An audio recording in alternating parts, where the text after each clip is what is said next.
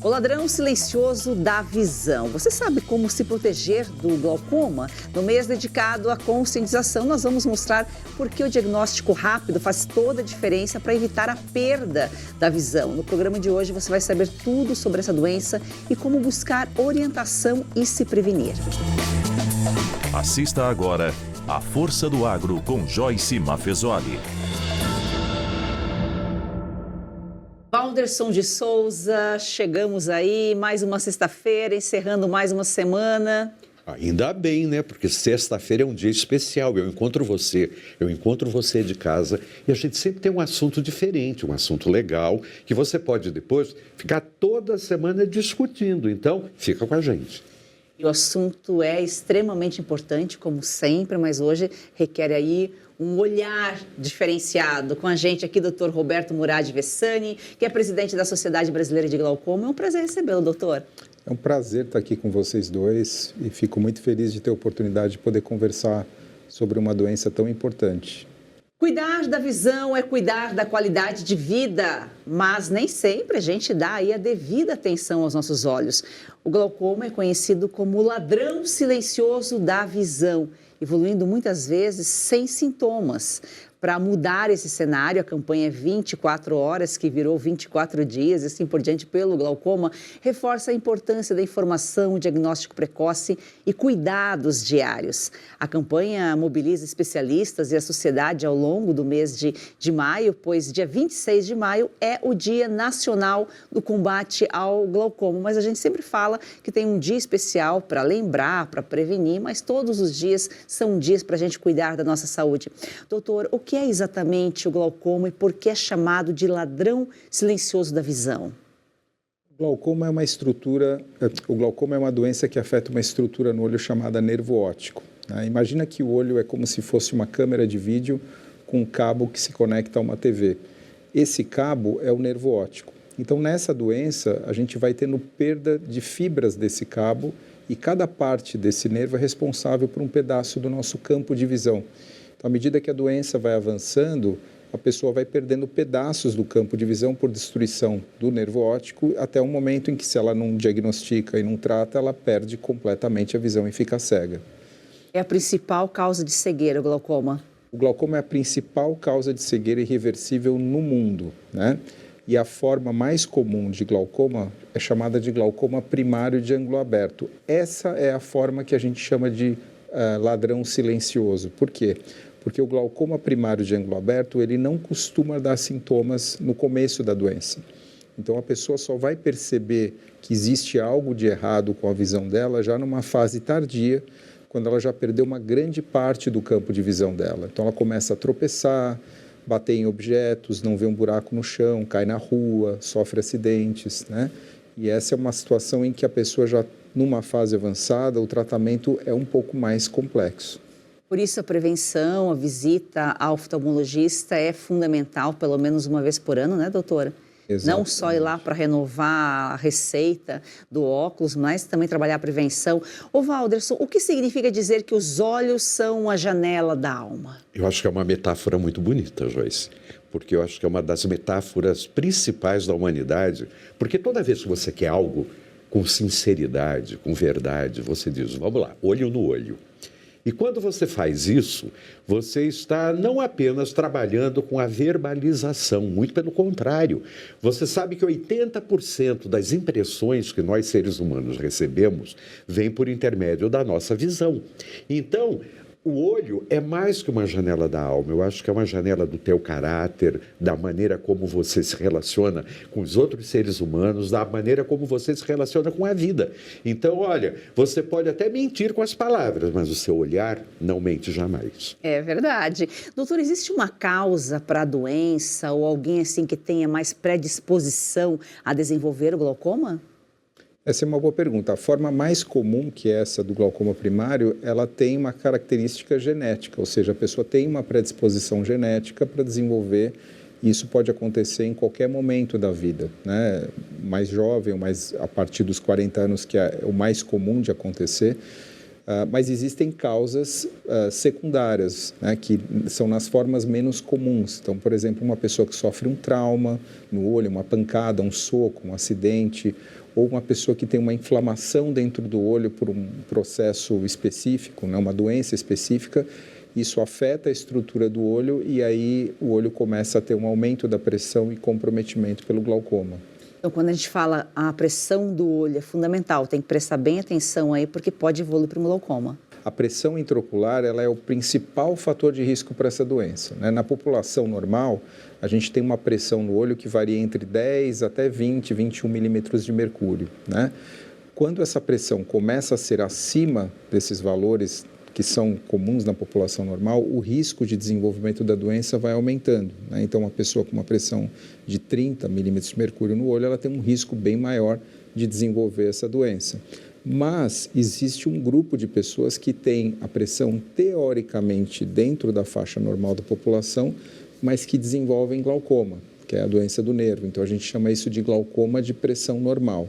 Então, é importante avaliar a pressão do olho, mas também é importante avaliar o nervo óptico, né? Que o oftalmologista faz isso no exame oftalmológico habitual.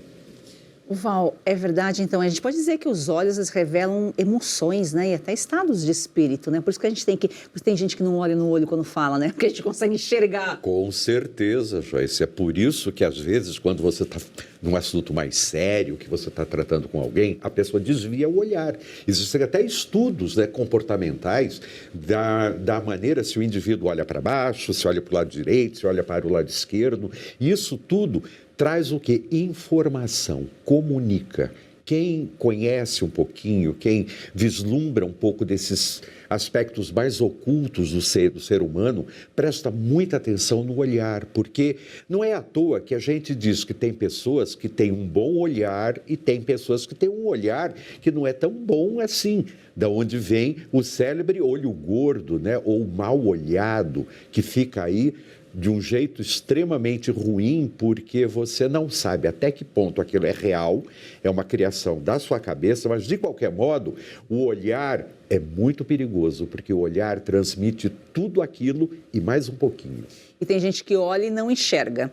Doutor, a catarata pode evoluir para um glaucoma? Pode, né? Como nós conversamos antes do programa, uma pessoa... A catarata, o que ela é, né? Dentro do nosso olho, a gente tem uma lente que é transparente que nos ajuda a focar as imagens, tanto para longe quanto para perto. E a catarata é a opacificação dessa lente, né? A perda de transparência dessa lente. Uma pessoa que tem catarata, se ela não cuida, não acompanha com o médico oftalmologista, né, e em algum momento ela vai precisar fazer uma cirurgia para corrigir essa catarata, se ela deixa para depois, se ela posterga, essa lente pode aumentar de tamanho de uma maneira em que ela pode causar um aumento da pressão do olho e, consequentemente, levar ao desenvolvimento de glaucoma, né? São situações mais extremas, mas podem acontecer. Por muita gente confunde, pressão do olho não tem nada a ver com a pressão arterial. Não, elas têm uma relação pequena, né? Então, o aumento da pressão arterial pode ter uma pequena influência no aumento da pressão do olho, mas é uma relação muito pequena. São situações independentes, né? Então, uma pessoa que tem a pressão arterial elevada não necessariamente vai ter a pressão do olho elevada, e o contrário também é verdadeiro. A pessoa pode ter a pressão do olho elevada e ter a pressão arterial normal. Bom, Val, diante de tudo que você colocou, a gente pode dizer que a visão ela nos conecta aí com o nosso bem-estar, qualidade de vida? Com toda certeza, Joyce. Como bem disse o doutor, quando você tem a visão boa, isso daí é uma garantia de mobilidade e de segurança. Por quê? Você pode ficar em pé, você pode caminhar, você pode correr, você pode fazer uma série de coisas sem comprometer a sua condição física, porque, é claro, se você vai no escuro tateando, fica tudo muito mais difícil, a vida fica muito mais complexa. E não é que a gente tenha uma tirania do olhar, mas praticamente toda a cultura humana, pelo menos nesses últimos 4, 5 milênios, ela está totalmente baseada no quê? No nosso olhar, na nossa acuidade visual. Então, se você tem um bom olhar, se você consegue enxergar, como a Joyce disse, você às vezes olha, mas não enxerga, mas se você olha e se você enxerga, isso vai te dar muito mais qualidade de vida, em todos os sentidos, porque vai te dar algo que é fundamental para um ser humano, que se chama consciência.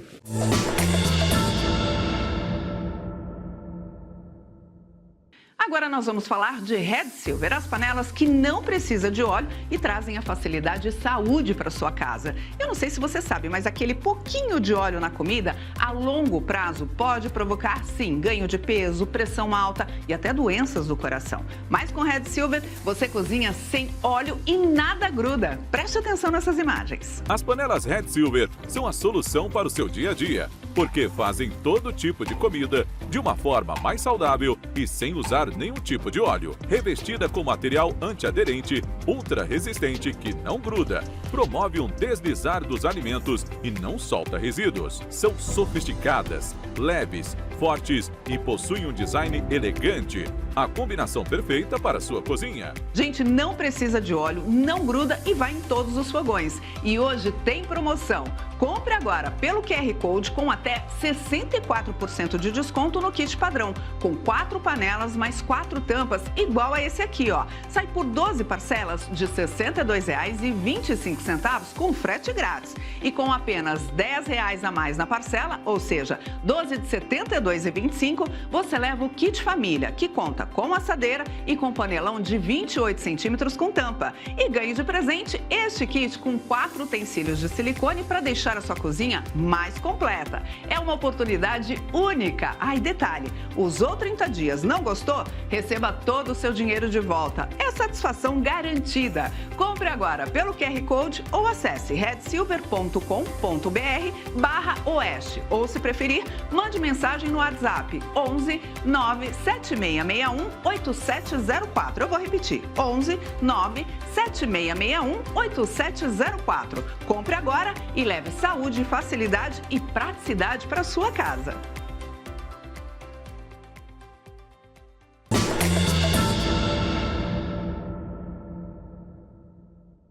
Doutora, e aquela sensação que a gente tem do olho tremendo, tem relação? Às vezes, é que todo mundo é especialista, né? Vai no Google, pergunta e acha que sabe tudo. Às vezes a gente associa a estresse, ansiedade. O que é aquela sensação de olho tremendo? Boa pergunta, né? Entrando um pouco no que o Val comentou, né? Muitas vezes o olhar, ele traz a expressão do sentimento, né? E o tremor palpebral, ele é uma expressão de uma situação em que a pessoa se encontra. Então, geralmente, o tremor palpebral, ele tem relação com estresse. Uma pessoa muito tensa, muito estressada, ela pode desenvolver um tremor palpebral por conta de uma descarga adrenérgica, que eventualmente acaba causando esse tremor. Mas ele também pode acontecer por outras situações. Por exemplo, uma pessoa que tem uma dificuldade visual e força o olhar, aperta muito os olhos, porque ela precisa de óculos e não utiliza, né? E aí, esse esforço contínuo pode causar um pouco de tremor palpebral também, né? Então, você tem tanto por uma situação de estresse, como por algum tipo de dificuldade visual que obriga a pessoa a apertar mais os olhos e acaba causando um pouquinho de tremor palpebral também. Os olhos definitivamente são emissores de energia, né? Energia física, energia espiritual. Em todos os sentidos, Joyce. Tanto é que a gente pode dizer que a maioria das culturas humanas, elas trabalham com essa ideia do olho, né? A gente, para os egípcios, tinha o olho de Horus, que era famosíssimo, não só porque de um lado representava o sol, do outro lado representava a lua, mas era um elemento de proteção. Da mesma maneira como você já deve ter visto aí um olho grego, o famoso nazar, que é o quê? Para você se proteger de energias mais difíceis. E o olho funciona exatamente nesse sentido. Tem uma pergunta, doutor, e quando a gente tem derrame ocular? Isso é pela pressão? Como que acontece isso? Essa é uma boa pergunta, né? O que a gente chama de derrame, que a maioria das pessoas se assustam, são pequenas hemorragias na superfície do olho, na capa do olho, que é chamada de conjuntiva, né? Isso pode acontecer por uma situação de esforço, quando o vasinho da superfície da capinha do olho da conjuntiva se rompe. Então, uma pessoa que vai numa academia, levanta muito peso, ou vai fazer um esforço grande em casa, levantando caixas, né, e faz um movimento respiratório mais intenso, isso acaba causando esse tipo de situação.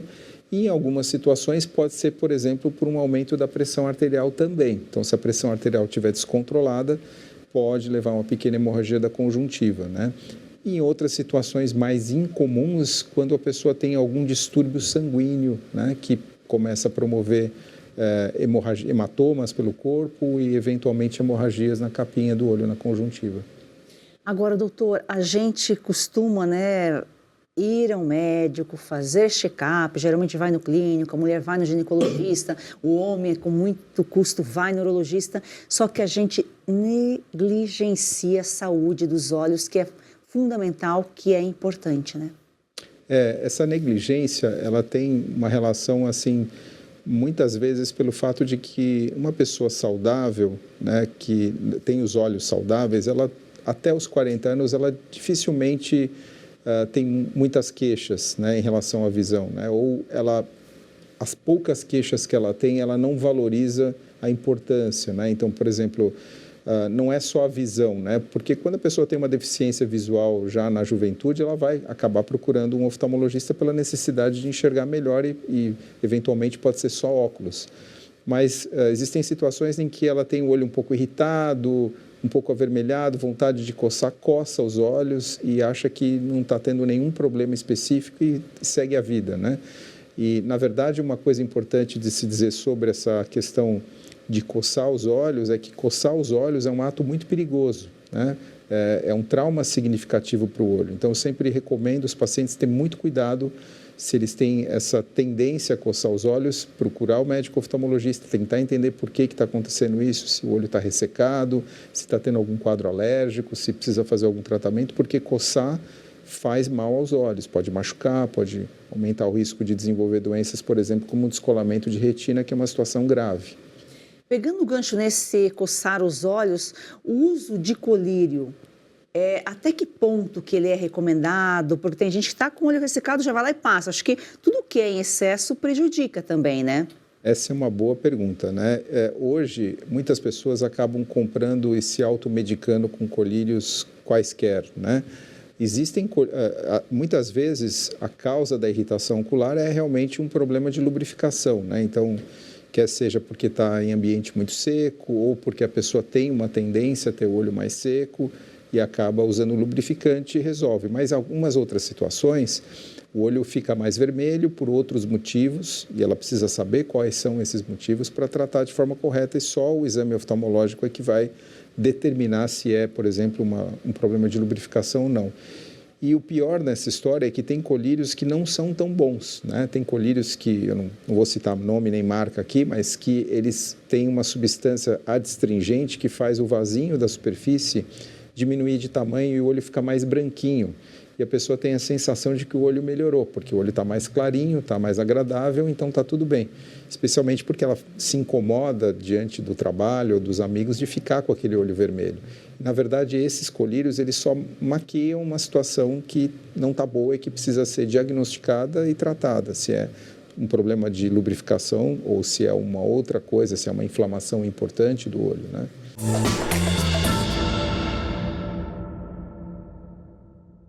Olá, somos o Chain Capital da empresa Gemas Brilhantes e atuamos com ativos físicos certificados por laboratórios internacionais. A nossa empresa é para você que tem dinheiro parado nos bancos, investe em ações ou em outros mercados que oscilam diariamente. Agora, você pode atuar com segurança no mercado de pedras preciosas e de joias. Com a gente, você pode diversificar sua carteira e valorizar seu capital em diamantes certificados de alto valor e joias em ouro, com retornos fixos mensais acima da média. Entre em contato agora mesmo com a nossa central de atendimento pelo WhatsApp 0800 000 4998 ou escaneie o QR Code na tela e seja direcionado imediatamente.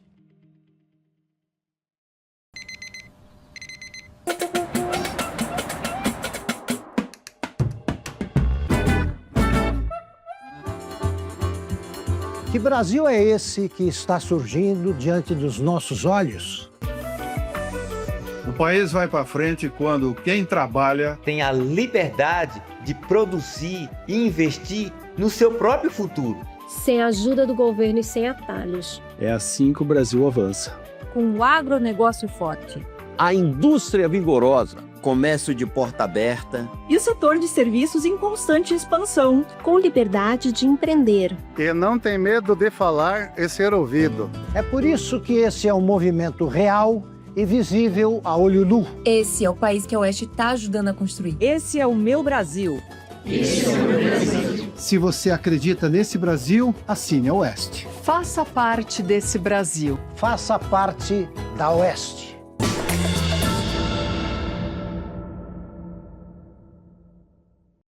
Doutor, nós falávamos do colírio, e o soro, a água buricada, tem gente que acaba usando para limpar, para dar uma sensação de alívio, é prejudicial?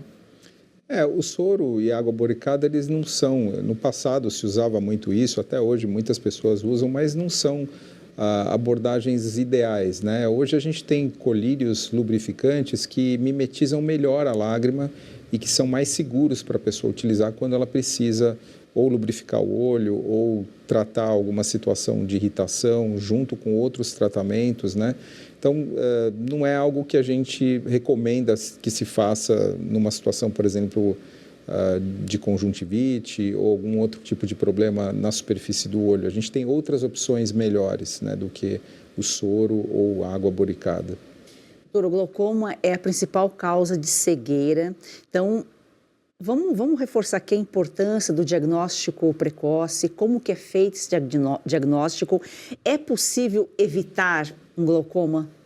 Sim, o glaucoma é uma doença que você não evitar, mas é uma doença em que você pode fazer o diagnóstico mais precoce, né? E como é que é feito isso? Através do exame com o oftalmologista, um exame de rotina, né? O exame de rotina do médico oftalmologista vai permitir que ele possa fazer a identificação dessa doença ou pelo menos levantar a suspeita dessa doença para que eventualmente outros exames complementares ajudem no diagnóstico, né? O exame oftalmológico de rotina, especificamente falando do glaucoma, ele é muito importante naqueles grupos de risco, né? Então, a gente tem pessoas que têm um risco maior para desenvolver a doença, né? Então, vamos citar aqui aqueles que têm história familiar de glaucoma, aqueles que têm grau elevado de óculos, uma miopia elevada, uma hipermetropia elevada, né? Indivíduos afrodescendentes também têm risco aumentado e aqui na nossa população brasileira a gente tem que considerar esse fator importante, que a gente tem um percentual elevado de indivíduos afrodescendentes, mas também pessoas com algumas doenças sistêmicas que têm um risco maior, diabetes, hipertensão arterial, apneia do sono. Então, esses grupos, eles precisam de um olhar mais especial na avaliação com o oftalmologista. A consulta oftalmológica ela é fundamental para todas as faixas etárias, né? Independente do risco de glaucoma ou não. Mas, especificamente no glaucoma, esses grupos precisam ser observados com mais atenção. Diagnosticado no início, ele tem cura? Ou só tratamento? A doença não tem cura, né? A doença tem tratamento. E o que é o tratamento do glaucoma? No tratamento, a gente reduz a pressão do olho para estabilizar ou diminuir a velocidade de progressão da doença, né? E a ideia de diminuir essa velocidade de progressão é para que a pessoa, se ela perder, por conta do glaucoma, desenvolver mais alterações do nervo óptico e do campo de visão, não seja suficiente para comprometer a qualidade de vida dela, né? Que é o que a gente estava discutindo um pouquinho antes. Então, a ideia do tratamento é obter um controle da doença para que isso não comprometa mais ainda a qualidade de vida dela. Val, no esoterismo, flashes de luz, né, dizem que podem ser interpretados como vislumbres de outras dimensões. É isso mesmo? Isso é um assunto controvertido, Joyce. Por quê? É claro que quando você eleva a sua consciência, quando você, seja por intermédio de meditações, de respirações especiais, de exercícios, você tem esses vislumbres. Agora, muito cuidado, por quê? Existem também sintomas, vamos dizer, patológicos mesmo, doença que pode provocar a mesma coisa. Eu acho que o doutor pode falar disso melhor até do que eu. O que eu posso dizer é, se você é uma pessoa mais espiritualizada e você está fazendo exercícios para abrir tua consciência, para você se tornar um indivíduo mais, vamos dizer, mais sutil, é claro que você vai ter vislumbres, mas eu não posso dizer até que ponto isso é confirmado. Isso Cada caso é um caso, que a gente pode dizer que é o quê? Um aumento da consciência, um aumento da percepção. Agora, antes de você sair dizendo que você está tendo visões, está enxergando arcanjos, tal, é muito melhor você ir num médico, num oftalmo, para ver se isso daí não é fotopsia, não é isso, doutor? Quando tem essas imagens, esses brilhinhos, essas coisas na vista. Existem situações nas quais a gente percebe em imagens, né? Vamos falar daquelas mais comuns, né? Por exemplo, dentro do nosso olho a gente tem uma gelatina chamada humor vítreo, né? E em algumas situações essa gelatina ela se desprende da parede do olho e formam opacidades ou desenhos e que são visíveis pela pessoa, né? E às vezes esses desenhos podem ter formas que incomodam ou assustam, né? Cobra, aranha, né? E isso pode gerar uma percepção, né, da pessoa, um entendimento da pessoa de forma equivocada, mas isso pode acontecer sim. Pode acontecer. Agora você falou em consciência, realmente a gente precisa aumentar a consciência da importância, né, de cuidar da visão, flashes, né? Tudo que a claridade, olhar diretamente para o sol. E as telas, então, o que dizer das telas, doutor? Que a gente viu uma geração aí que as pessoas saem do computador e vão para o celular relaxar, né? A senhora, como ela colocou aqui na nossa conversa antes. Exato, as telas são um problema, porque hoje praticamente todos os profissionais em diversas áreas têm uma carga horária de uso de computador enorme, né? Advogados, engenheiros, médicos e todas as outras áreas. E isso, se feito de forma exagerada, acaba trazendo sintomas, né? Então, uma pessoa que fica 12, 14 horas numa tela de computador e depois ela sai disso e vai relaxar no celular, né? Ela acaba tendo uma série de sintomas, como olho seco, dor de cabeça, desconforto visual, flutuação do foco da visão, né? É muito comum a pessoa dizer, eu fico 12 horas no meu computador, eu saio, vou pegar meu carro para dirigir, eu não enxergo as placas à noite ou no final da tarde, porque o olho passou o dia inteiro focando numa determinada distância e isso causa um estresse, né, para a estrutura ocular e não é fácil ele voltar a funcionar de maneira correta no final do dia, né? Então é importante esse cuidado na forma como você faz o uso das telas, né? Existe até uma regrinha, que é a regrinha do 20-20, que é o que a gente recomenda, manter uma distância saudável dos olhos para a tela, em geral, se for um desktop, 60 centímetros, e a cada 20 minutos de tela, a gente recomenda que a pessoa pare de olhar para a tela e olhe para um ponto no horizonte por uns 20 segundos, né? Isso por quê? Porque quando a gente olha para longe, é um momento em que o olho relaxa, né? E quando você olha para perto é quando ele precisa contrair um músculo interno para focar para a tela, para aquela imagem. Então, fazer esses intervalos, né, de 20 em 20 minutos, se possível, ajuda muito durante o dia, né? É algo simples de se fazer, não precisa nem levantar, pode ficar aqui sentado mesmo. Duro, doutor, é onde a gente achar horizonte aqui em São Paulo, né? Esse é um outro problema, né? Isso é outro problema bastante sério. Ô Val, mas você veja só, até a Bíblia cita, né, em Lucas 11:34, diz lá que os olhos são a candeia do corpo. Claro, Joyce, porque se o teu olhar está bom, positivo, seu corpo é luz. Agora, se você olha e você só vê horror, só vê coisa feia, se o teu olhar está já, vamos dizer, viciado em uma energia mais pesada, não tem como, meu amigo, minha amiga, você vai estar nas trevas. E isso daí eu não estou colocando assim que é bom ou que é mal. Você tem que descobrir essa maneira, o quê? De positivar o seu olhar. De fazer com que os teus olhos não apenas biologicamente funcionem de uma maneira boa, segura, mas principalmente o conteúdo daquilo que você está vendo. Porque está na televisão eu vou ver. Não, você tem direito de escolher, quero, não quero, vejo, não vejo. O arbítrio é seu. Agora, para isso, domestique seu olhar. Faça um acordo com ele de maneira que ele possa enxergar coisas boas, coisas bonitas. E assim a sua vida melhora. Ficar de olho na saúde dos olhos. Doutor, muitíssimo obrigada. As pessoas podem ter mais informações lá no site da Sociedade Brasileira de Glaucoma, né? Isso, vocês podem ter acesso a mais informações tanto no site do Conselho Brasileiro de Oftalmologia, como também no site da Sociedade Brasileira de Glaucoma. Existe um espaço dedicado a informações à população geral. Doutor, muitíssimo obrigada pelas suas informações, pela sua participação aqui. Um prazer estar aqui com você, Val, Joyce. Estou muito feliz de poder ter colaborado. É isso aí, muito obrigado, doutor. Joyce, sempre é uma alegria estar aqui com você, porque eu falo, a sexta-feira vale a pena. Tenho certeza que você sabe disso. Até a próxima semana. Super abraço, um lindo final de semana para você. Gratidão, um excelente final de semana e até segunda-feira.